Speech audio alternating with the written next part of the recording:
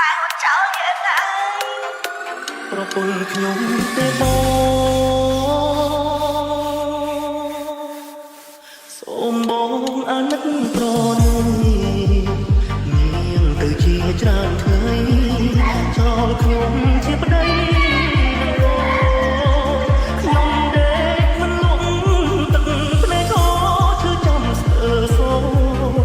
សំឡឹងមើលតែមុខកូនបានម្ដាយណាស់ហើយនឹងគេ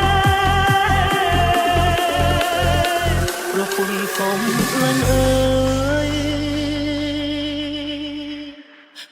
មិនដេចឡើយអូនធ្វើដល់ម្លឹងយើងក្រតែបងប្រឹងមិនបោកលែផឹកមានស្រីធ្វើមកវិញម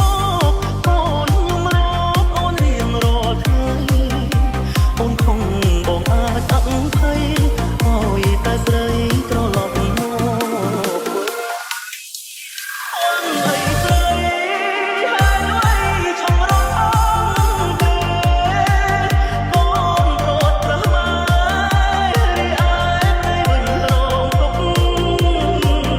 បើបងមិនដឹងខ្ញុំសូមរៃរត់ទុំ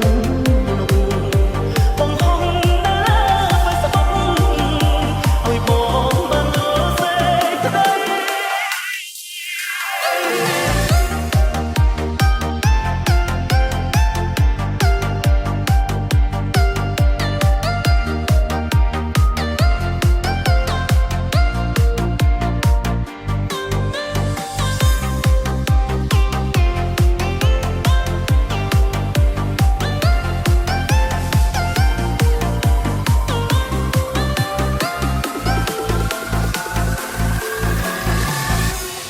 We are Family TSRCT ប្រពន្ធខ្ញុំទេបងសូមបងអាណិតប្រณี